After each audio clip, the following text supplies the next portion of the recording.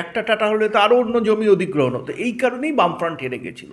বহু মানুষ চেয়েছিলেন মোদি টাটার প্রজেক্টকে সমর্থন করুন এবং যাতে একটা মেসেজ যায় মানুষের কাছে যে বিজেপি এলেও সিপিএমের মতোই আচরণ করবে। নরেন্দ্র মোদী সেই ট্র্যাপে, সেই ফাঁদে পা দেননি।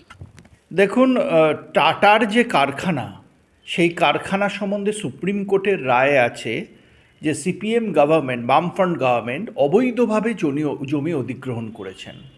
প্রধানমন্ত্রী, যেখানে ভারতবর্ষের প্রধানমন্ত্রী বিজেপির নেতা হওয়ার পাশাপাশি, তিনি কখনো টাটার কারখানা ফিরিয়ে আনবো যে জমি অধিগ্রহণে প্রশ্ন আছে, এই কথা বলা তার পক্ষে মুশকিল। এটা বুঝতে হবে। প্রধানমন্ত্রী যেটা বলেছেন যে তৃণমূলের জঙ্গল রাজের জন্য এবং তৃণমূলের তোলাবাজির জন্য, যে সিন্ডিকেট রাজের জন্য এখানে শিল্পায়ন হচ্ছে না। যদি তৃণমূল সরে যায়, সিন্ডিকেট রাজের পতন হবে। তাহলে এই বাংলাদেশ থেকে অবৈধ অনুপ্রবেশকারীদের আইডেন্টিফাই করে তাদের ফেরত পাঠানোর ব্যবস্থা করবে সরকার, এবং সেখানে যেটা ব্যাহত হচ্ছে কাজটা, এবং তার ফলে শিল্পায়ন অটোমেটিক্যালি হবে। সুতরাং এর মধ্যে যে টাটাই শুধু আসবে না, অন্যান্য শিল্পপতিরাও সেই আস্থাটা ফিরে পাবে যদি আজকে সিন্ডিকেট রাজ, জঙ্গল রাজের মতো ঘটনাগুলি না হয়, বিনিয়োগ করা। অর্থাৎ তিনি শিল্পায়নেরই বার্তা দিয়েছেন। কিন্তু শিল্পায়ন মানে তো শুধু টাটার প্রজেক্ট নয়।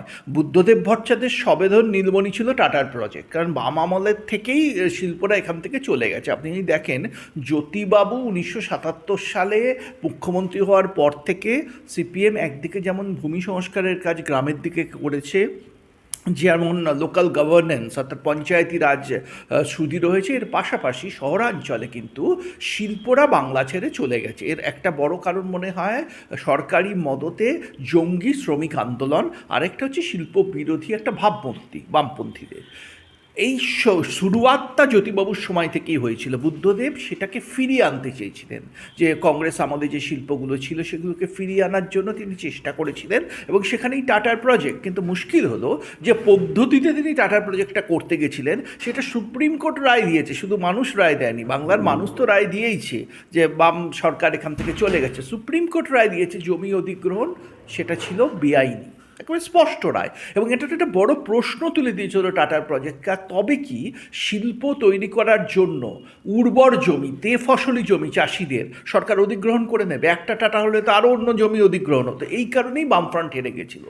বহু মানুষ চেয়েছিলেন মোদি টাটার প্রজেক্টকে সমর্থন করুন এবং যাতে একটা মেসেজ যায় মানুষের কাছে যে বিজেপি এলেও সিপিএমের মতোই আচরণ করবে। নরেন্দ্র মোদী সেই ট্র্যাপে, সেই ফাঁদে পা দেননি। এটা তিনি বাস্তববাদী একজন রাজনীতিবিদ বলেই সম্ভাবী। রাজনাথ সিং সেই জন্যই মমতার ধর্নামঞ্চে ছিলেন। এখন যদি স্থানীয় নেতারা বলেন না তারা সমর্থন করেননি, তারা ইতিহাস জানেন না, তাহলে অথবা সত্যের অপলাপ করছেন। খুব স্পষ্টভাবে সমর্থন ছিল এবং জনগণও সেই আন্দোলনকে